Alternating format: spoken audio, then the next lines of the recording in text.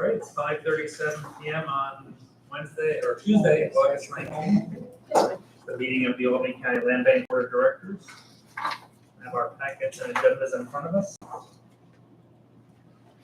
We can start the roll call. Something from all I have is this. Yeah, you're going to go to tab 1 for our roll call. Tab 1 is going to have Yeah, well, where's the main picture of the agenda? front cover. Right here. Oh, that's right on the top. Yep. Thank Yep. you. I'm Yep. sorry. That's all right. Okay. So, we see who's present here, we're gonna close the meeting, call the meeting to order. All right. Say who's here. So you got our Chairman Charles Toomey, Treasurer Natisha Alexander, Secretary Joe Seaman Graves, and then our members Anthony Cafis and Juanita Neighbors. We have 4. Okay, public comments, we have no public comments. Tab 2. And so now we have our minutes from the last meeting. I have a motion. Motion. Second. Second. Any additional corrections or changes to the meeting last month? Hearing none, all those in favor, signify by saying aye. Opposed, abstained, minutes accepted. Okay, item 4 is executive director's report. All right, so there's a little bit of reading material in here for you, but this month's mission moment, we just wanted to give you an update on where we are. With 79 Elizabeth Street, that was a 2-family home, row house, wood frame construction that we have been renovating as part of our Land Bank Phase 2 program. This is going to close out that grant. But to give you some illustration on, the challenges of these projects, on the left, you have a picture of the exposed water damage. So this is a property that had a leaky roof.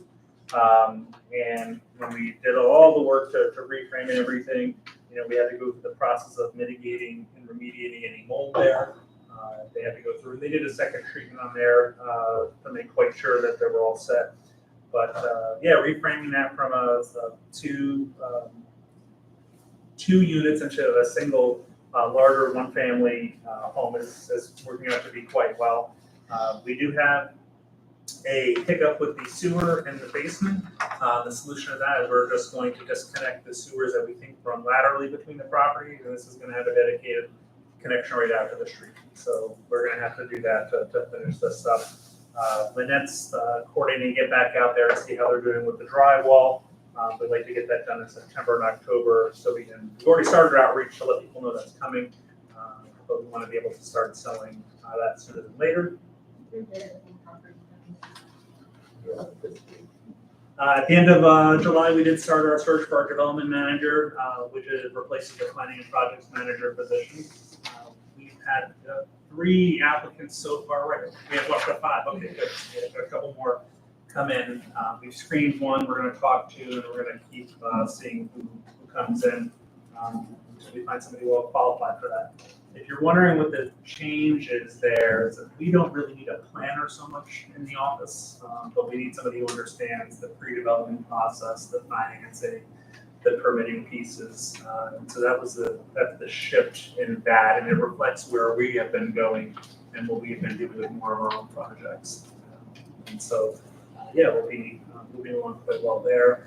The July financial update, the full Finance Committee report or minutes that are in there, but just on some of the top number items, we still have $5.65 million in total assets, $3.49 million in cash. We still have an operating deficit, but we're continuing to whittle that away. It went up a little bit, but that's just timing of some projects that paid out with grant money coming in. Like today, for example, I just sent a $100,000 request from the state for our operating funds. We still have $250 from the county, and then another $175,000 from the state to come in too. So just a cash flow. Yeah, I don't think it's not a big sign, because when we look further into like the profit and loss, we're saving on our operational costs, so we're keeping costs well under control. So flipping to that side, I'll talk about the profit and loss side. We still, they're in tab 7 with the Finance Committee meeting minutes. So if you wanted to crosswalk some of those So line when you're talking references. about the number, we're just gonna see where they are. Yeah, tab 7, or I'm sorry, tab 5. Tab 5, later meetings in there. But, yeah, Yeah, so there's a piece of paper you're talking about. yeah. But overall, our cash position is strong. We still have 60% of our total assets in cash. We still have receivables for land bank initiative phase 1 and 2, and those variances are largely tied to the timing of major grant disbursements and project completions. So as we wrap up, especially as we sell the properties too, we have more revenues coming in. And then even with the co-development projects, Charlie and I meet regularly, and we were talking about the timing of that, but one of the shifts on the South End project will actually see some revenue earlier. So even though we don't have we're gonna have another revenue shift on the Ontario Street project to talk about, but we're still in a good spot coming forward. Current stats, real estate operations, we had no acquisitions or dispositions in July. We still had no year-to-date acquisitions. Before the question is asked, I did meet with the county yesterday to talk about where they are. They're going through the process with the 2016 list, the foreclosure list. They anticipate that by the end of the year, we'll have properties into us. So much so that they asked me, we talked about, how we're going to import and manage the properties. And so I sent them today a list of the different attributes we're looking for in the properties that they have. And we'll try to match up the data so that way it comes over ahead of time. We may get a list earlier and then reconcile out what actually comes to us versus what stays with somebody else. What's the unexpected turnaround after 2016 is out to the public? Like, are they gonna just keep going, or is there gonna be a delay with? They're going to keep going. They have an auctioneer, and they haven't done this in so long, so they're sort of like starting this process again. So once they get through that first one, I think they'll know what they need to do, where they need to work things out. But they're going to keep going, and we're going to go through the process of getting everything over to us. We haven't done that in the past. The county's very eager to send the properties to us more like what Syracuse and Onondaga County does, where everything after the foreclosure, after auction, everything comes over to us and we manage the real estate after that. So with the auctions, are they taking a different approach just to get their value back, or if people are underbidding, are they gonna hold them for us?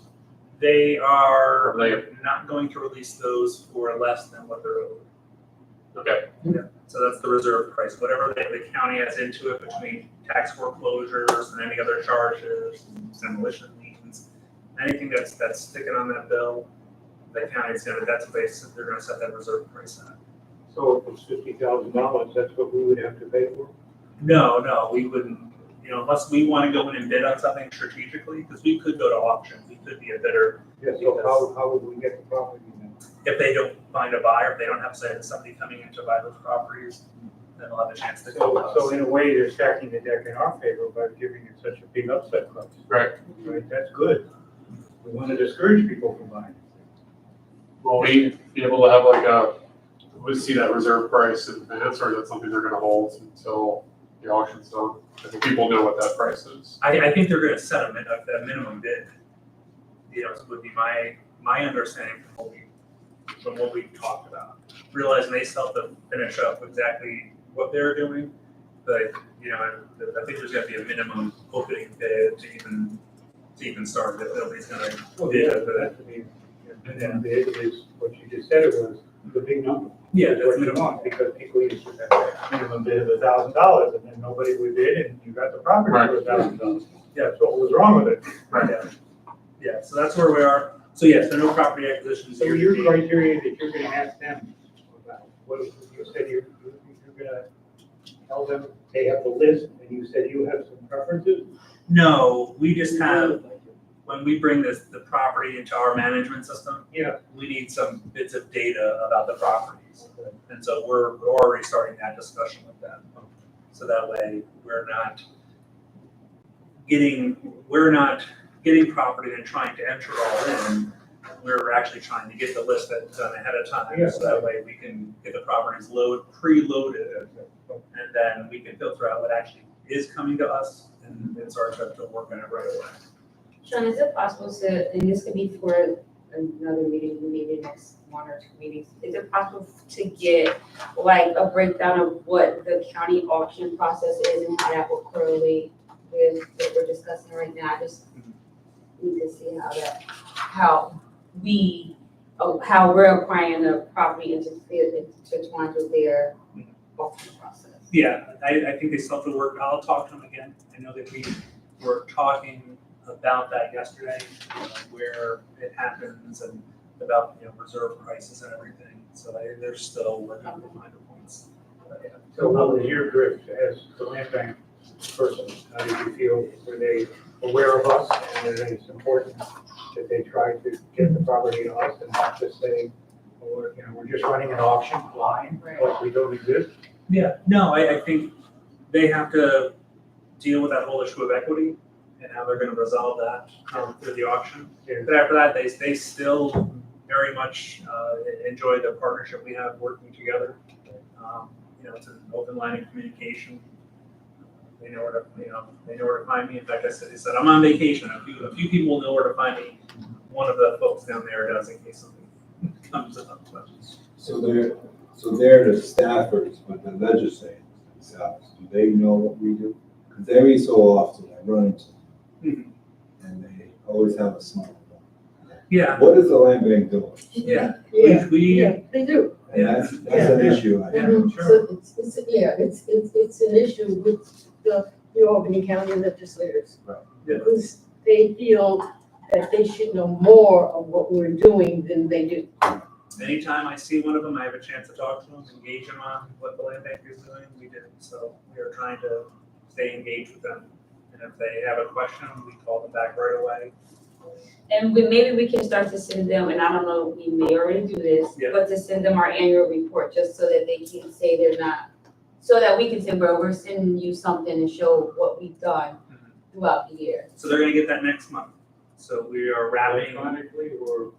We're gonna print some hard copy. We're not going to do a big run of annual reports because, So the county legislature, they're the people that should get the hard copy, Yeah. right?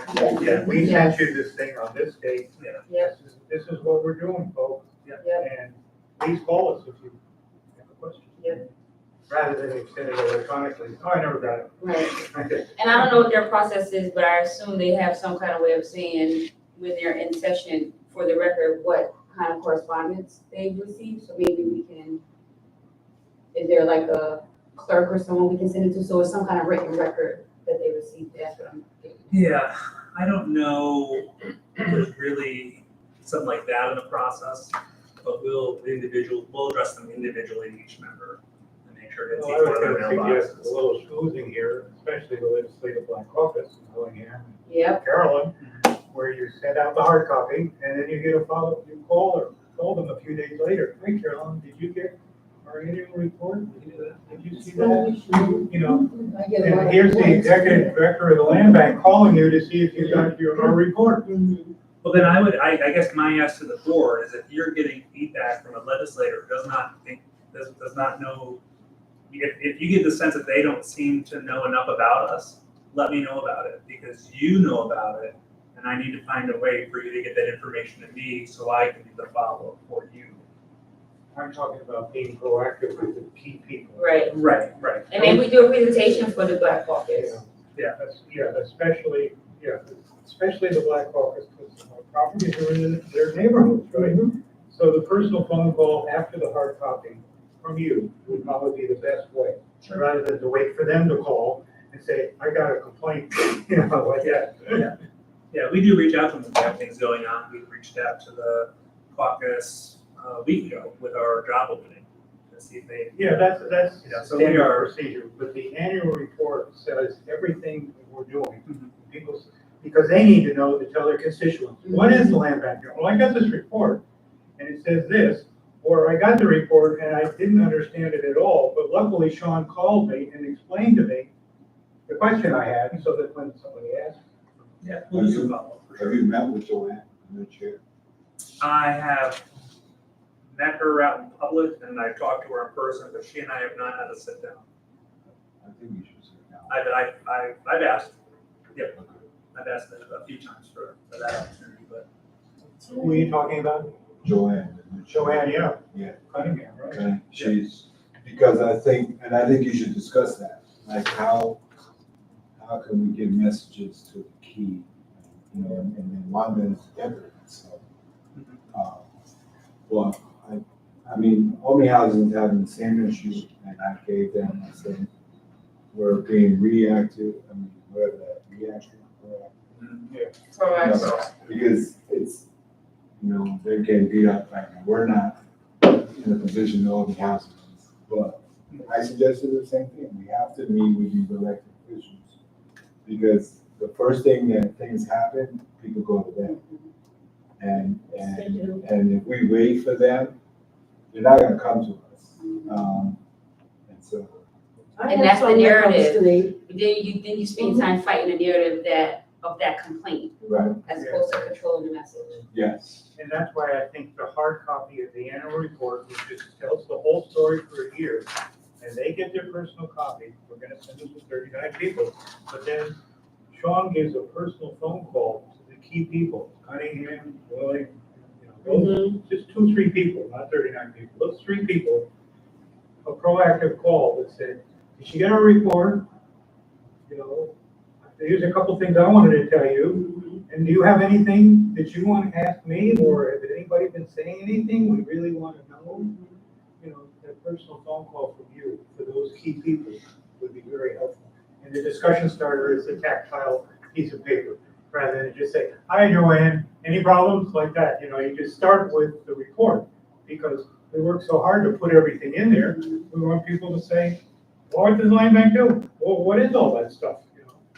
And at the end of the day, I like that idea because at the end of the day, they are the bridge to help us with whatever we're combating against the community, right? So even with, like I said, maybe do a presentation for them, but also when we are going out with a sales cycle or something, we should be partnering with them so that they can also blast out on their social media. They, you know, so we're partners here, we're not, you know. So. Yeah, I That's think what I suggested to all the houses to do a presentation. Invite, especially the new ones.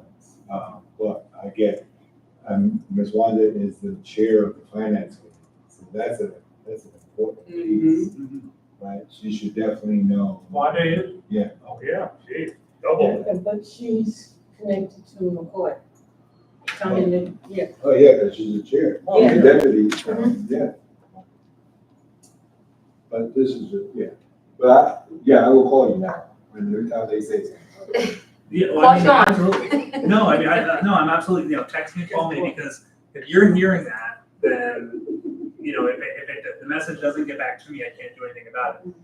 And that's where, like, I'm trying to think through, because I do a lot of constant outreach and talking to elected officials, and those who want to be engaged with us do stay engaged and connected and know what's going on. Who would that be?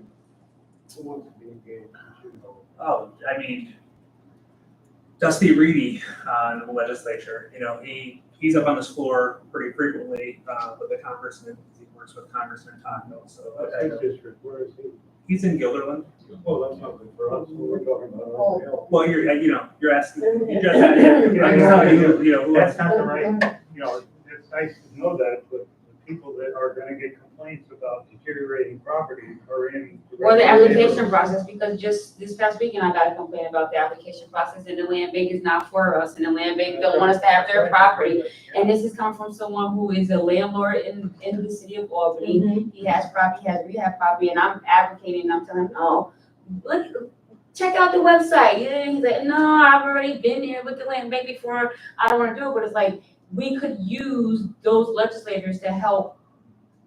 but They could be the conduit and help with the messaging, because we still get that, and I'll probably turn to the team, because when they get those calls and they talk to people, they realize that the land bank team that's here now is not the land bank. and that's what I said, yes, and I said the land bank the team has changed, it's been a transition, so let's start over. Yeah. Let's start over, basically what I told him. Excuse me, because before I came on the land bank, in the community, Arbor Hill and in the South End, they were saying, and this is before your time, Sean, so it doesn't affect you. They were saying that the land bank gives people an awful hard time okay? Because I know when I came on, it was property that Metropolitan wanted on Lark Street. And a bidder from Pennsylvania also wanted that piece of property. And I pulled the property off of the list, so that Metropolitan could get the property. And what that person wanted was to put a community garden there. But there was a community garden right around the corner on Third Street. So why did you need two community gardens within 2 blocks of each other? And then there was a woman on Lark Street that had said the land bank was giving them a hard time, okay? And, you know, and the land bank did for the woman that said that she was being given a hard time. She finally got the property next door. She wanted that lot next door to her house. And then Metropolitan also got the property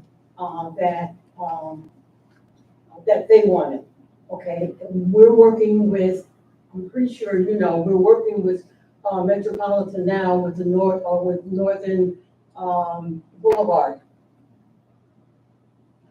But I'll give you a good example, we're public, right, so people could come to this meeting. Yes, and Yes. it's live We're on stream. YouTube right We now. can't see it now, but we're live I streaming. know, but people don't know that, right? They don't know what they don't know. And again, our viewer is not here. Yeah. You could blame Adam because he's not here. But again, they like, you know, she mentioned, they're gonna go to the public, the elected officials with these issues too. Correct. And that's where the problem comes in. And, you know, they don't know, they don't know either.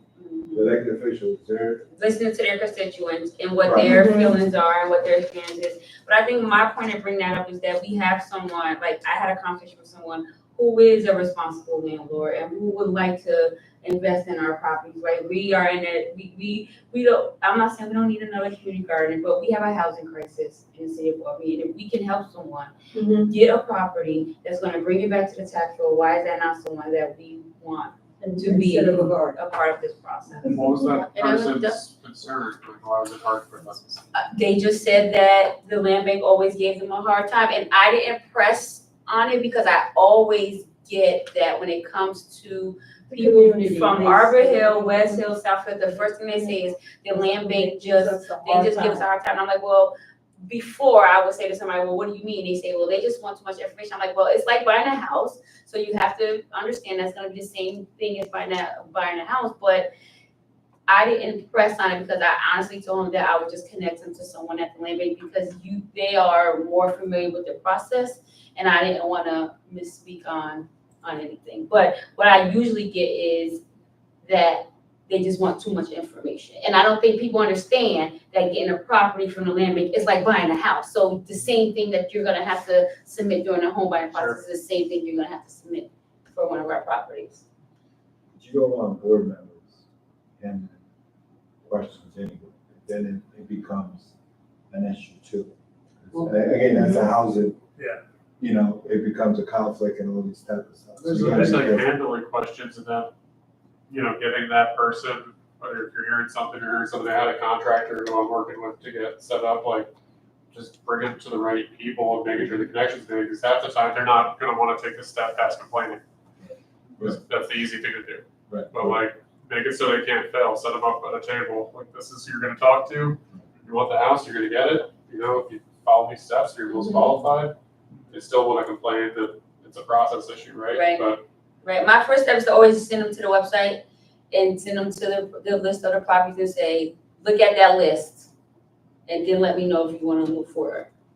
So that's what I do. no, I think it's fair, but it's always easier to give a negative. Well, that's definitely what we're gonna get. Yeah, and I was gonna say too, that's something that we hear as well, because I'm out showing properties, doing inspections. So, you know, I tend to stay with someone and talk to them for 20, 25 minutes, and they go on and on about their past experiences with the land bank. And what I do is I reassure them that we're a brand new team. If you need help, we're happy to help you. We have our one-on-one calls that Shelby runs every week. All they have to do is make an appointment. Okay. They can give us a call, and I mean, I've talked to so many people and kind of refer them to other services in the city. So we definitely take the time to speak with them and make sure that they have the information that they need to proceed, because we want them to be successful. So that's something that we've really been trying to communicate to them. And so far, we've been able to kind of flip that perception. So we've been doing a really good job doing that, I think. Yes. Yeah, we do get less so now than, before, people that come in frustrated. But I think the one strength that this team has is that we sit and we listen to what somebody has to say. We try to find out what the underlying issue is that they're up against. And then we start to go in that way. Sometimes it's not even us, sometimes there's frustration with the process. Or they got sent. I think that's the biggest complaint, and that's the other part, but that goes back to the education piece, which is something that I feel like we always struggle with the community, is educating them on the land bank. Like, whatever it is, educating them or getting them to really understand what the land bank process is, which is why I try to always explain to people, it's just like buying a house. It's a long process, you have to submit a lot of paperwork, but that's one of the biggest complaints is the process. Yeah. But we also gotta understand, it's not just a man, it's everything, trying to explain to Yeah, it's you. complicated. So it's not, But the land bank is gonna overcome that. Yeah, but that's the reason you have a board member. because it's really the people, like you said, it's really them, they're the problem, but we can't tell them. The best advice. You have a live stream? Best advice I ever got from somebody, is like when this was when I was a board member, it's like noses in, fingers out. And it was meant to be like, you should know what's going on here well enough that when you get those calls, you can kick them right over to us and not even necessarily go look at the website. If you're willing to get a name and number, just pass that along to us, because then we'll do the direct follow-up. And I know you're a small staff, but maybe think about cabling and community events, especially the large ones. Yeah. Sometimes just being out, talking to people. We haven't tabled more recently, unless it's like a real home buying event, because I don't know which is better or worse, going out there with nothing to offer and just being like, yeah, we're the land bank and I don't have anything to really give you here. So when there is something, we'll try to find out like what our partners are doing and if we can team up or if we can send some information with them. But if there are events, I was out at Sheridan Hollow night out. They did so I stop through events and I take a walk through and I talk to some folks that I see. But I wear the swag, the name badge, the vest. In the summer, you wear that vest? No, I wore the name badge. No, not the vest. Okay, Sheridan Hollow, when it started, I was working at, New York State Home and Community, renewal. So yeah, I was one of the ones to put the first shovel in the ground for Sheridan Hollow. Yeah. Bam Harbor was there. And maybe now, even though since we don't have anything, maybe now is the time to capitalize on educating the community, right? And then we can do a whole campaign of what we have coming up so that there's some anticipation, right? So it's not like we're waiting till we actually have something to educate them on what the process is. Sure. Yeah. And maybe scheduling time in front of the legislators, and just giving them, the annual report is good, but people don't read. That's not. So they made it shorter and more white space, more open space. More pictures. Technically, most of the members in the Albany County Legislature knows about the land bank, and they know what our function is and what it is we do.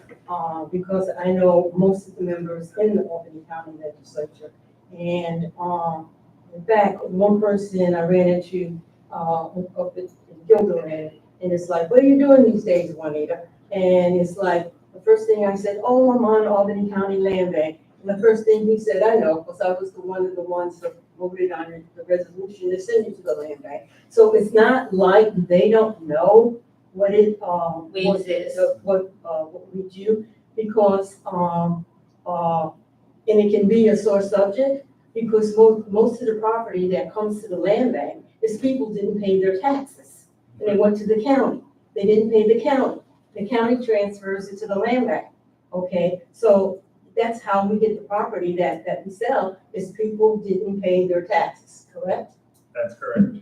But the newer legislators don't know any of Well, that's their fault. that. If their boss doesn't educate them. But also they don't know the state of us right now. That's the other thing, people going on their website, there's no houses, what's going on? Do you know what's going on? And I Well, think that's the whole they're point of set it, up right? there. It's not just, it's really more so to let people know what the land bank is doing, because it's not like the land bank is just sitting here twiddling their thumbs, right? We're doing great things, We are, and people but what need to know we that, get is because people have been delinquent. right? Okay, we get the delinquent taxes from the city, the county sends it to us to try and get a sale for. So it's, it's not like, no, we don't go out, broadcasting, this is what we do, we sell property because you didn't pay your taxes, city or county, What I usually tell people is, because we have Flip the Block, we have these other projects that Mhm. are just rentals, like tax credits, and it's just more affordable apartments. But if you say, we got 17 new houses coming for sale, for people to buy, they go, really? On 2 blocks, right? Really? How do I find out more? That's the hook. And I agree that we're frustrated because we don't have property. And so we toot our horn and say, well, what do you got? Well, at least we can say we got 17 houses. That would pique your interest. It's a long process, yes, it's gonna take years to do this, but like buying a house, get in line, go see Affordable Housing Partnership, go to home buyer seminars,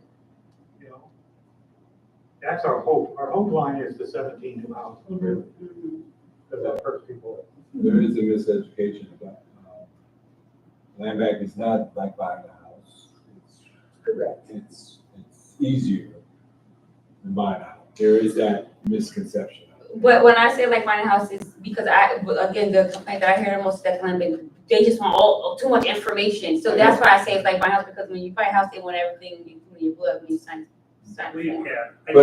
But it's connected, right? It's supposed to, they're thinking that I'm going to the land bank, it's supposed to be easier.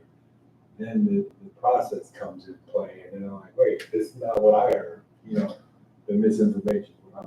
And we're asking for the information because we're vetting the buyers to make sure that they can Right. afford what Right. they're doing. You don't have to Right. defend that. They do get frustrated with Right. that because No, we are trying Right, you don't have to defend that, I Yes. agree. Yeah. So is this a land bank house that they're trying to buy and feel that they're being asked? So they're not currently looking at land bank house, they just brought it up and from the past, because that was their past experience, right? And again, since I've been sitting on this board, that's all I've heard is, the land bank is not for us, the land bank don't want us to have the houses, the land bank is too complicated, the land bank, the land bank, the land bank, I'm like, that's not the case.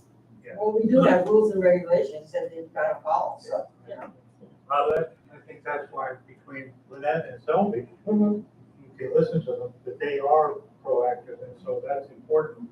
So that if we can get to that frustrated person, then you can sit down and say, here are the steps and here's why. And I think the frustration just comes from, I get blown off, as opposed to, I know it's hard, but hang in there. Be encouraging, not discouraging. And clearly that's what they're trying to do.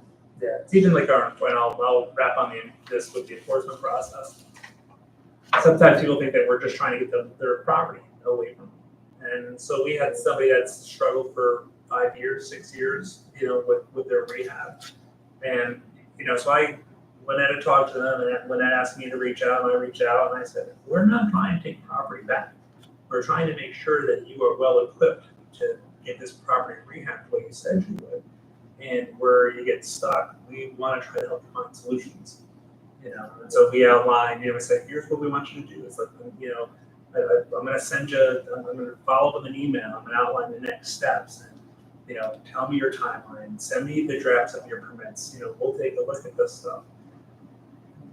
Unfortunately, the challenge, like with that one, they wrote a letter complaining about the process.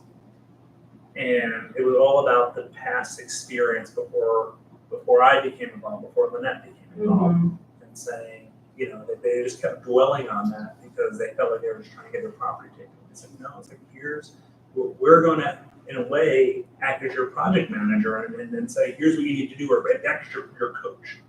We can't manage your individual projects, but we can certainly be a coach along the way and try to get them there, you know, so we're getting there in some places, more better than others. And maybe it's time that we do look at I'm not talking about enforcement, I'm just talking about acquisition process and see if there's a way that we can make it less cumbersome for some folks. Maybe it's time that we take a look at that. And sometimes when these properties needs repair, the city of Albany gives them a very hard time. I'm in the 12th ward. That's the largest ward in the city of Albany. I am a committee person, so I hear a lot of these complaints. I know right now in the 12th ward, there are 3 people who want to improve their property, but need to get a sign off from the city of Albany. Okay, and they're waiting to get the license to do it. That's the reason you have all this abandoned property, because the city of Albany gives people a hard time. And one of the properties that I was aware of, that the person was doing a real fine job, the city put a stop on it, and then said that they had to have a license permit. Well, the mother was buying it for her daughter that was going to sue me. And she says, I'm from Long Island. I do have a license to improve property. The city of Albany said, oh, we can't take your license because it's from Long Island. You've got to get a city of Albany license. So there's a lot going out there. If you're not out in the community talking to people and carrying petitions and hearing the complaints about the city of Albany and the county of Albany, you know. Well, See, I am, so I hear all of this. Yeah, well, if you get that negative feedback, Mhm. let us know. If you get positive feedback, we'd love to know about it too, but we can jump in, you know, on the negative piece and find out what's going on and get to the root source of it. Because that's what we don't want, is people feeling like they can't get anywhere. Yeah. Right. I think we were just going through real estate operations. I'm still in tab 4, middle of my report, but I'll wrap up and let you know on the south. Tab 4, yeah. We've got this new tab. Oh, we gotta go back. Yeah, I'm still, Keep going. I'll do the storytelling that you can read No, read along. No, we need to follow along with you. Because Well, I'm not reading it verbatim. Well, I know things not to read it, but at least we need to know where to go. Yeah. On our development activities, the South End project's moving along well. The next month, you should expect to see a number of actions for the board to consider as we start to move that toward the final closing. It's been with Capitalize Albany for some economic development support.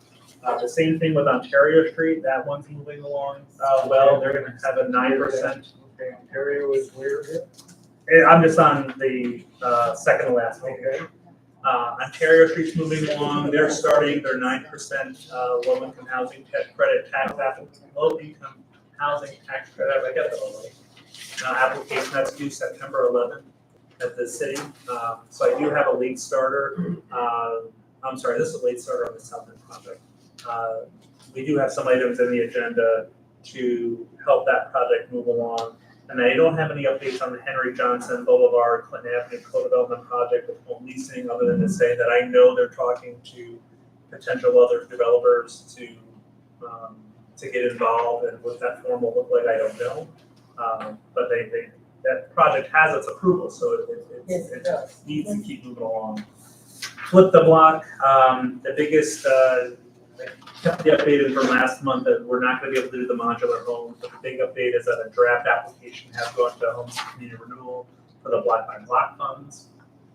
Sheridan Avenue, the latest update, this is more of an August thing than a July thing. I did reach out to the city because we had to put this fake sod on the front to give this appearance of a flat roof. I looked in the neighborhood, there are gable roofs out there, so I reached out to the city and I said, it's a bit of a, it's not designed that way, with Bob, who was the architect, had passed away. He doesn't have his hands on it. We have to get another architect in there. Given that it's already, that form already exists in the neighborhood, can we just stick with it? And they're agreeable. So I'm just confirming that with Seed Center so that we can wrap that up and not have any changes and more expense of the project. And Sean, I know going back to, I think I probably asked you this already about the governor's 400 million. Are we going for any of that? Or I don't- eligible to yeah. go for any of I've that? been out to a couple of meetings, but there hasn't been anything that we have baked ready to go. Application process or? No, they're looking for ideas, they're just brainstorming right now as to what could possibly be out there. I know the Ontario Street project would like to get a shot at that, but they're That's right. sort of outside the 1 mile radius. Is there an entity that's coordinating this mysterious number? Yeah. Well, it's Empire State Empire State Development, but the consultants are still doing their discovery. Right. Yeah, it's And I think the money's gonna go through Capitalized Albany, right? I think it's gonna be Empire State Development What about Henry Johnson? directly. That's in, Capitalized Albany will get some money. Yeah, but we don't need, Project based. those projects aren't, Oh. that's not a Henry Johnson Boulevard isn't moving as long as fast as we wanted to because of the funding scenario, it's a capacity of the developer. okay. South End, which is probably the one that some of the more difficult numbers to work with because we are building so many individual foundations.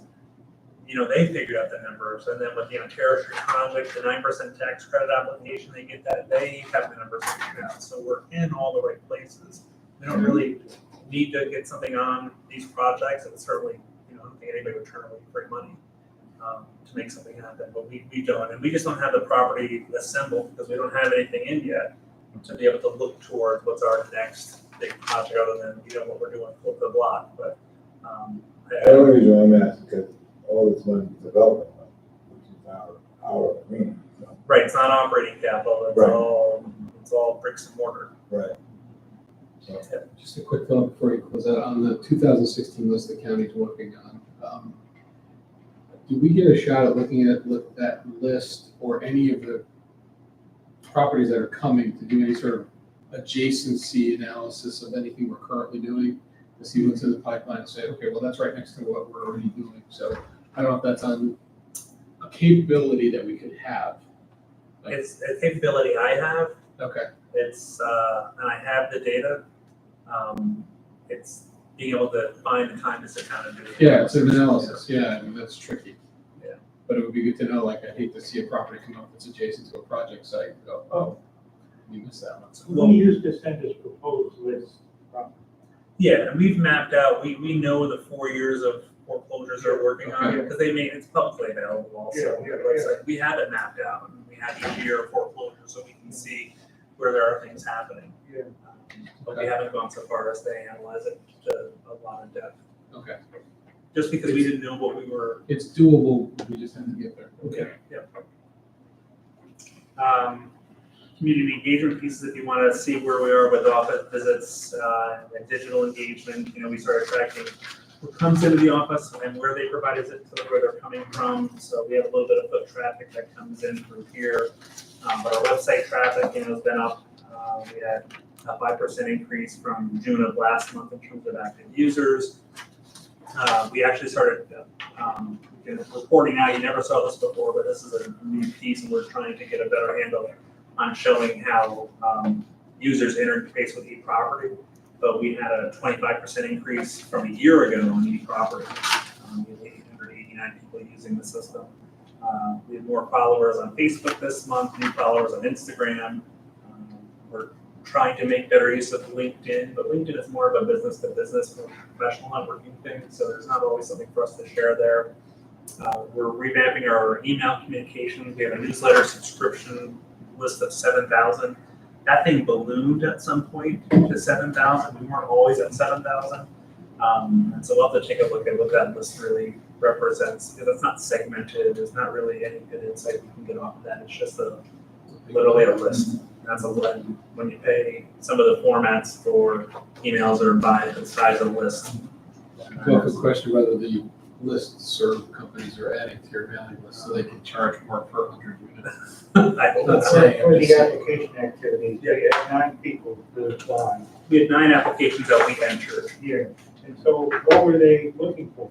I mean, did they say, I want to get a house, or I want to get this house, or? when they're applying and you say, well, we don't have any property, what are they applying for? I didn't, so I pulled that was a last minute number I pulled in. We know how many we have for applications before the board. I'll have to go, it's like what that delta is, what the difference is, if somebody's a first time home buyer application. We can get some better numbers for you for that. So that was something new I added this month. Well, I'm confused. So what does the 9 mean? That's how many applications we entered into, For what?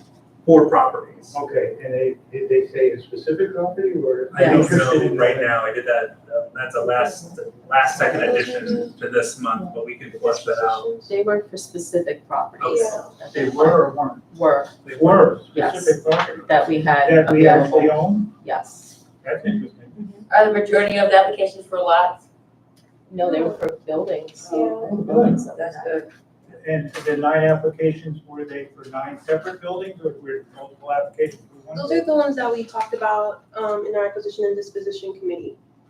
So most of them, so for instance, like 202 Kent, we had 2 applications for those. 174 Broad, we had 2 applications for those. Sure, sure. And then there was 2 different lots, 8 Westbrook and it's actually here. 405 Sand Creek. Yeah, The Sand- 405 Same Creek. And then we had one for 1336 7th Avenue and 557 South Grove Street as well. Great. Yeah. Thank you. All right. Any questions on that? Otherwise, the next 3 tabs are the minutes of the finance committee, minutes of the acquisition and disposition committee, and the minutes of the enforcement and compliance committee. I'll give you a rundown on the finance piece, and then we'll do the A&D with the resolution and regular business. Mostly, we put those committee reports in for your reference. Yeah, everybody too. did. I did too. The paper was put in the wrong way. So if you had any specific questions on those committees, happy to answer those, but, yeah, all right. So we can move on to regular business if you're okay. It's gonna start on tab 8. Okay, so now we have resolution number 23, which is the acquisition and disposition thing. So do I have a motion for the acquisition for this resolution? Motion? I'll make that motion. Second, Second. okay, presentation. All right. Shelby, you want me to click through here or you want me to? Yeah. All right. So we have 174 Broad Street. The board decided to offer it to applicant. Sorry, 2149 and 2159. Yep, and those are investors, and they own about 5 other properties here in Albany. They had also applied for 202 Kent Street, but we decided to put that one back on the sales list just to see how they perform with 174 Broad Street. And 202 Kent Street has been very active, like a lot of people have been asking about that one, so we don't have any worries about that That one. 174 Broad Street. You have 2 applicants there, right? Could you explain to the board why there's 2? Yeah, so for 174 Broad Street, it's applicant 2149 and 2159 because they applied together. And then there's another applicant who had applied, but they withdrew their application. So 2149, 2159 are like partners? Yeah, That way, Yeah, okay. they're yeah, married. Yeah, and I have about Yeah, that's. They're married, Yeah, we have 1 application with 2 applicants. yeah. So we have in our system, we have an application number, but we put each of those people in individually. And that doesn't show up your votes that you have 2 different names when you go to do the deed. Well, they applied as 2 applicants. So when they do the deed, both of their names will be on the, That's On the the first time we've ever had that. So how do we weigh their financials, right? If Yeah, we look right. at them individually, so because they filed their taxes together, so we looked at their taxes together. And they have a bank account that's also together. So we didn't look at separate finances because all the finances that they showed to support their project were already together.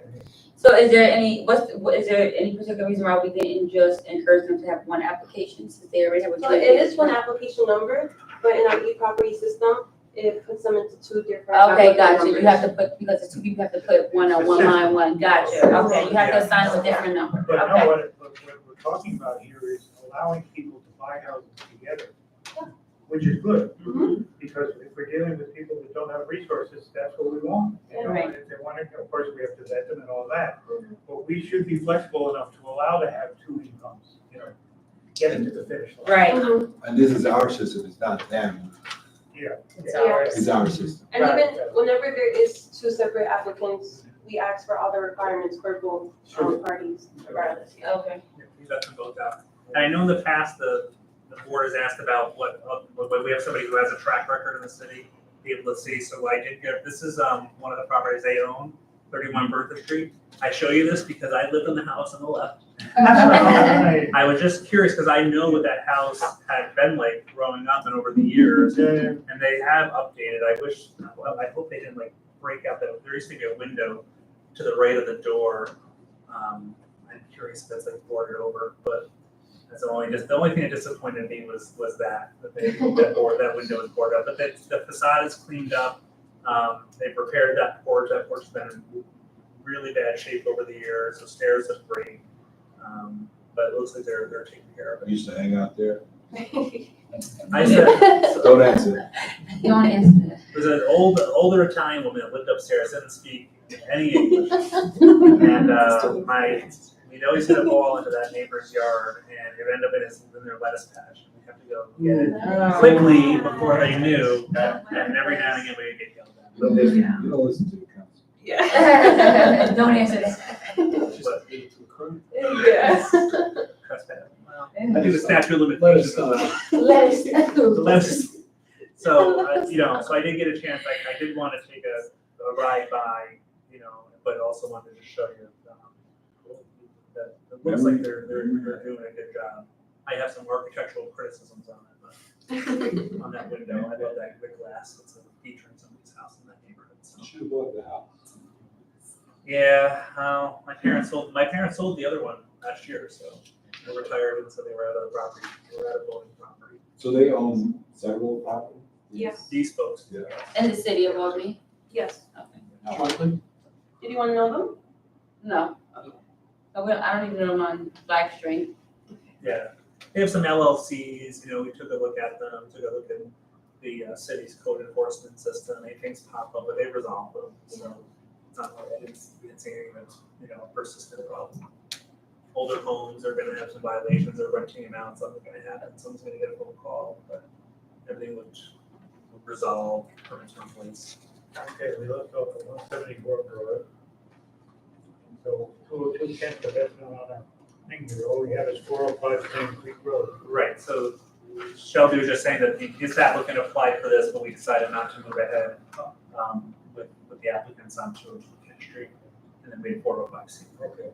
Yep, so 405 Stone Creek Road, is the gentleman adjacent to this lot owns the house and has been maintaining that lot, for several years now. So he had applied, and the board approved to give him the space and to use it as green space. Yeah, it is. Isn't there a law that if you maintain something for Right. so many years and Yeah. you took care of Adverse it, possession, it's called. That's Rather than it. a real estate law. so does Could it they? fall under could that? they- I don't know, and I'm not gonna find out. Right. It's not, somebody has to file a claim, they may have to have a hostile possession, the It's what. much easier for them to come to the land bank and buy it from us. It's gonna be, actually, it probably is cheaper for them to just buy the property from us than they go through the legal No, process. it's adverse possession, it just factors into it. You don't pay anything. Squatted on Well, it. Yeah. That's why we're selling it for 100 rather than 600. Yeah. Right. They've been mowing this, we actually look back, we have no property maintenance expenses here. So- I know this is probably not the right one to talk about, but this is a feel-good story, right? The owner gets to have some space, and it would be nice if they send us a testimonial letter of thank you for being able to buy. Bump the price down to 50 for him Yeah. for a letter. This isn't the one that we're gonna toot our horn about, but there are stories every time we do a land bank disposition. Sometimes people are really happy to get it, and especially municipalities, and say, I'm so glad you sold it to so-and-so. When we have those positive stories, we say, could you write a note to us? know, and that could get into our annual report, it could get, you know, it doesn't hurt to ask. If Water and Believe wants to help with that, coming up here on the list. We know that, so we can ask. Yes. We are starting like this project of successful stories. So we've been reaching out to a few people and collecting successful stories so that we can share it on a page on our site. That's right, exactly. Yeah, because the positivity is what you need for the people who are the naysayers to say, well, somebody was happy here, why don't you go talk to them? And there's an area of transparency as well where people did feel like where they were stuck and like how they moved past that. 'Cause I think a lot of people need that kind of thing to like relate to keep moving forward. So, yeah. And,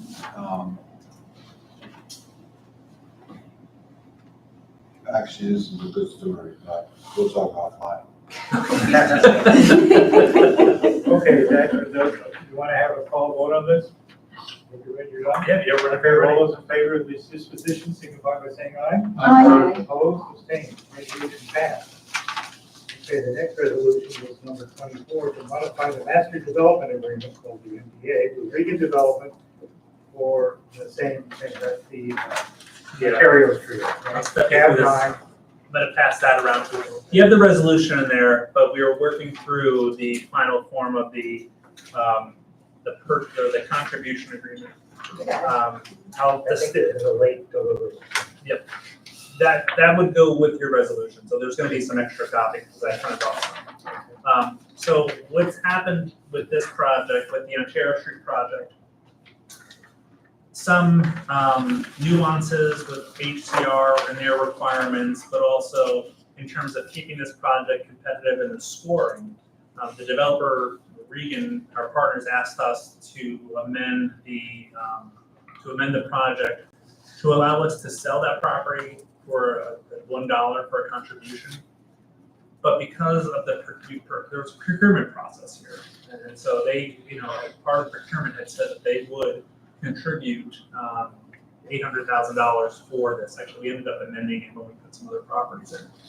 So we still need to keep that in there. What we're doing is we're moving that purchase price to the end as a contribution of a developer's fee. What we're doing to account for the net present value of that money is that we're using just a basic 4%, which is what we would get in our money market. So we're basically asking them to compensate us for what we can't realize in our own accounts by holding the money from the time that they close on the project until they pay us, which is the second to last payment realized on the developer's fee.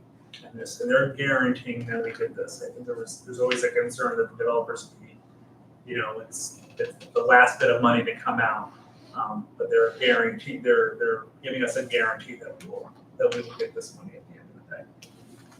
So the change would be to modify. There's a purchase and sale agreement, which is longer. I have this here, but the contribution agreement was a little bit more, but it was more important for you to see. This just says that the $1 contribution. If you'd like to see it, I have it here.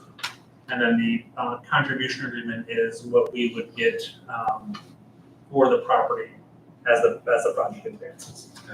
Is this the property on Ontario Street where they wanted to put a daycare? That's right.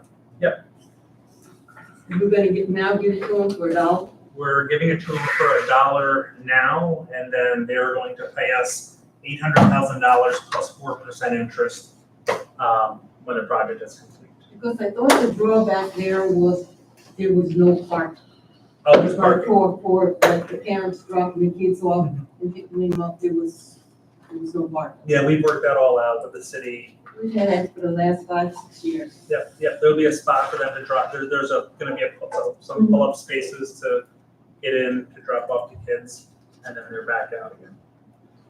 And My our grandson's barbershop is just around the corner. Yep, not Keenan, but the real estate team worked on this, and they were comfortable with it. I asked why, there was one question I had about the city, referencing an agreement that we have with the city of Albany, even though I think it's an MOU, and it says no concern there. Not gonna expose us to it, but they were comfortable with it. The first form of this, they were gonna give us $820,000 And I said, nope, I want 4%. So if you get it paid sooner, it's to your advantage, but if you get it paid later, it's our advantage. And there's nothing in there that says that they can get away from the 800. No, we've set that. So once, Right. and then the clock starts when they close, when we close on the property, we transfer it to them for $1. That's when the clock starts on what they owe us. And they're gonna owe us they're gonna owe us that at a 4% rate. Is this to, you go first. You sure? I'm sure. I don't see any mention here about waiver of liability during the process. The larger. It's in the larger, It's just a portion Yeah. of what he This has. is a supplement to this will just be added as an amendment to the. that. Got it. Is this a typical agreement for a development project? The way we're doing the financing with the dollar transfer and then, and I don't know, so I'm not questioning anything, I'm just asking for my edification. It's something that, to meet the requirements of homes and community renewal and the underwriting process and the evaluation process, passes the There, test with them. okay, Because we're a related entity, there was an issue with them paying the related entity so early because we're sort of in that developer space with them. And so that's why they want that fee to come out at the end. But because our procurement process identified that they would pay that up front to sort of hold them to that commitment of $800,000 at closing, we're essentially doing this contribution agreement that keeps us in for that amount, plus interest until they close and then send us the money. And then 4% sound like a standard, that's a standard thing. We took that because that's what we get in our money market accounts. You know, we could have gone with some other value, but I think the goal here is to get this project done without impact to the land bank. And just to sort of keep everything neutral. If we weren't using that money, it would be sitting in the bank at 4%. So if we can't get 4% from the bank, we'll get 4% from the developer. Yeah, I asked Sean originally, sometimes the bad news, you backloaded our fee and we had cost overruns and there's no money left. We're sorry, oops, like that. Well, we do have a contract, it is a regular developer, and the project would have to crash and burn for that kind of thing to happen. Yeah, that's why we're not the last payment out. We're not second. the last. No, we're not the last. Oh, Second to last. I missed it. Oh, when do we get our? I mean, We'll be the second to last, and then the scheduled They payments. will have built something by then. Yes. Yeah. So we'll start realizing their. Yes. Is there a default clause in the hardship contract? There is, but I have to go back and look into to tell you more about that. No, these guys have good reputation. I just- Yeah, they've done projects in the city. Okay, all those in favor of this resolution, signify by saying aye. Aye. Opposed, abstained, resolution passed. Did we get the motion and the second on that? I need a motion and a second. I motion. Mark, I'm sorry. I motion that and then. Sure. Need a second. So thank you. That's what I thought. Everybody still I'm does. gonna have a violation of Robert's rules of order. I just thought I might have missed it, so I just want to verify. If we, before we go into old business, I had that late starter, if we can do that. Okay, yeah. So, and I reviewed this with Charlie, but certainly everybody's up on this one. We've had our coordinating call today on our South End project. And just one of the steps in the process is a notice to proceed with the project. And so they're just asking us to do that. So the notice to proceed is section 2.5.3 of the master development agreement. It just says that, we're to tell them that they're ready to go once they have their development pieces in place. They've also told us that Goldman Sachs is their identified equity investor and that Wingate Companies will be the property manager. So we're incorporating that along with the notice to proceed. And so this lays those pieces out. Just says that I'm authorized to give that notice to proceed, that we're accepting Goldman Sachs as the equity investor, that we're accepting Wingate Companies as the property manager, and that you're directing me to take the actions necessary and appropriate to implement the resolution and take effect immediately. So that's not on our minute page, but down there. And that's the notice to proceed, and then they've got a number of the resolutions. So Yeah, we we'll have a change the motion number. to do this. Is there- Second, Second. Call question, it sounds like there's a call. Question, is there any outstanding steps before they get to NGP that we're tracking? Is it just financing? They got all they're transmitting to me in the next couple of days. They have all of their permits from the city. They got all their approvals done.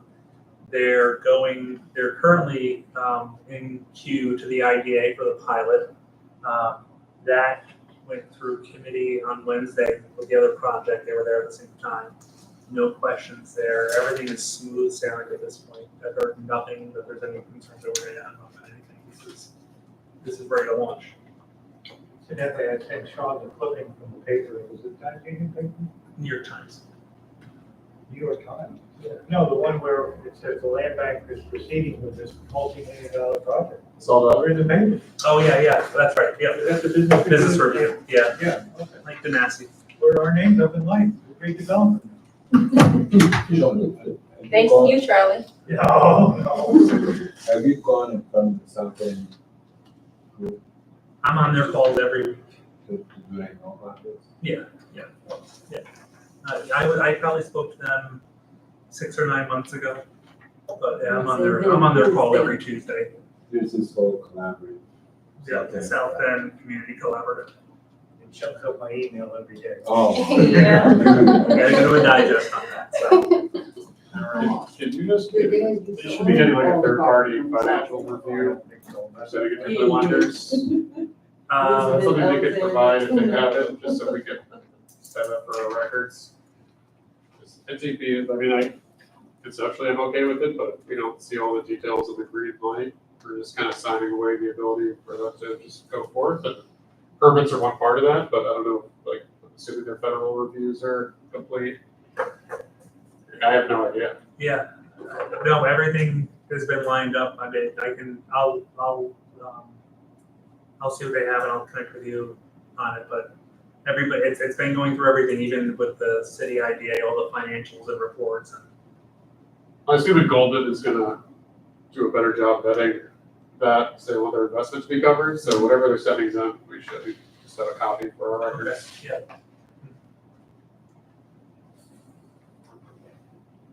Did you vote on that? No. No. Yeah. Okay, do we have a second in there? There was a second, yeah. All those in favor of this resolution, which could be renumbered, signify by saying aye.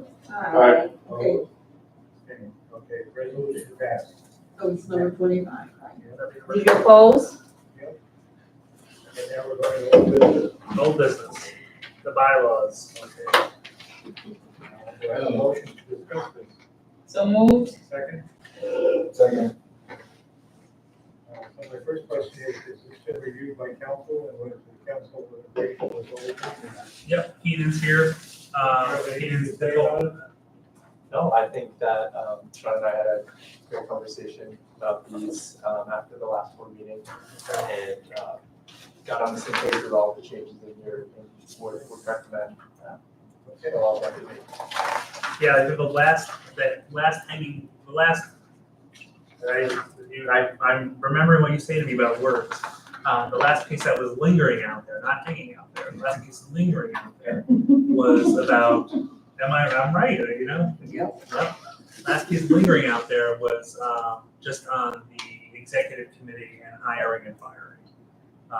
So it was something that can't be delegated to another committee. It couldn't be, it was in the wrong place. This is what it was.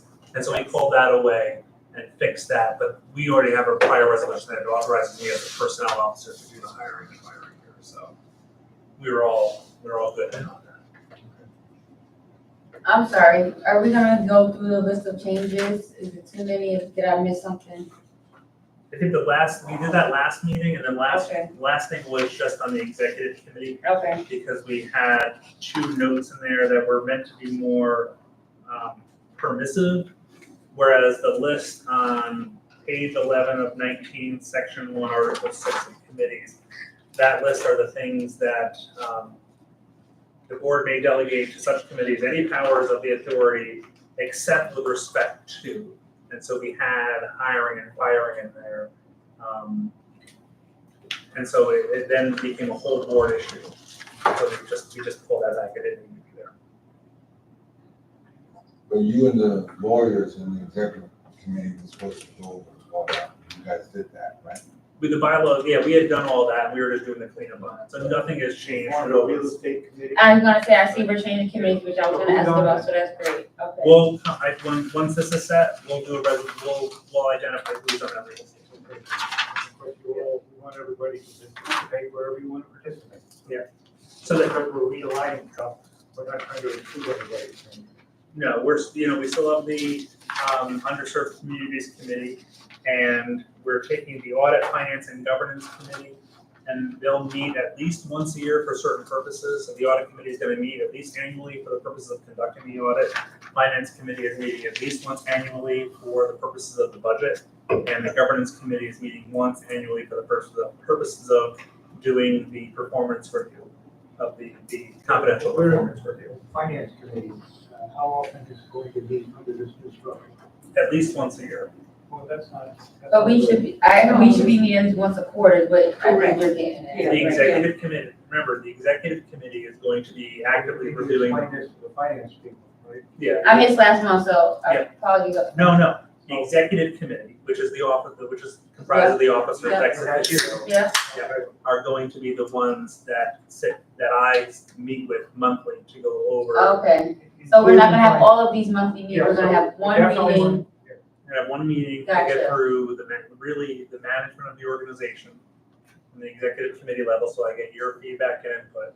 But then on the more, annual actions, these committees that we have to have will be involved there. Gotcha, okay. So moving forward, the most active committees are going to be the executive committee and the real estate committee. Okay.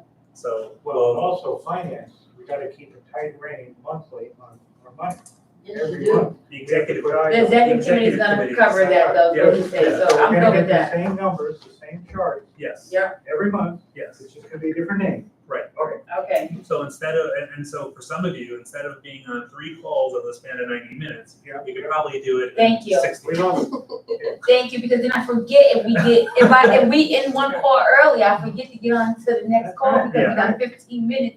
That's They're right. gonna Yeah. wait me now. So right, but so we're going to we're gonna put our heads down for a good 60 minutes and That get works for through the operations of the organization, the finances, the management, all those issues. And then we're gonna switch gears and we're gonna talk real estate, we're gonna talk acquisition, disposition, enforcement, development, and strategy. I like I that. love it. And whoever our treasurer is should have a good hand on our finance. Well, our treasurer is still, the treasurer still is the chair of the financial committee. Correct. That's what I'm saying. And the treasurer has a good handle on the finances. Yeah, the treasurer's not allowed to leave tonight until she reviews something for me. Oh, She doesn't okay. know this yet. Right. Oh, okay, the treasurer just approved something Oh, that. you did? Oh, Yeah, I you're good to did. go then. Oh, We see? really Have know a form who's in of fund, a bunch charge. of of numbers this. up there, then you're all right. Okay. We know who's in charge. We- Yeah, I mean, every man is. There we are. How did that go? Gotta get the $170,000 drawn out of this state. So that's what I was trying to do, is talk to you. Sorry. Okay, anybody more discussion on this? Call the question, all those in favor of the bylaw changes, signify by saying aye. Just a point of clarification, we're not approving the bylaws, No, no. we're so directing me to send the legislature that we're planning to change. It's required Next to do month. it. Okay, gotcha, Yeah, okay, Putting it on. yep. Okay. So, All yeah. right. So, yes, go ahead. So, Aye. Marissa. Aye. Oh, excuse me, aye, yes, aye, everybody, okay. All right. Thank you very much. That concludes our regular business, right? Yep, we have one more item, executive session, and so, I just ask for a motion to this. I'll This make is that Anthony. motion. No, This is no, Anthony. no, I move to unanimous consent. a motion to enter executive, so I need a No, we motion. have to adjourn. Motion to adjourn this thing, or no? No, we're not. You're right, we're not adjourning. So, a motion to enter executive session to discuss the medical, financial, credit, or employment history of a particular person or corporation or matters leading to the appointment, employment, promotion, demotion, discipline, suspension, dismissal, or removal of a particular person or corporation. Okay. A motion. Motion. Second. Good job. While we ask our board members to leave the room, please. And then all those in favor? Aye. Okay. Just a note for this, because we're on YouTube, is that after this, we don't have any more business, so we'll adjourn out of executive session. Yep, so we're gonna turn off our live stream, it'll be an executive session, but I just want people that are watching us to know that we are not returning back to doing more business. That's, okay. Yeah, Any business done in executive session will be Yes, captured in carry the on. minutes of executive. You may carry on your regular viewing. All right, thank you. Go catch the latest meme on YouTube. It's not the biggest TikTok now.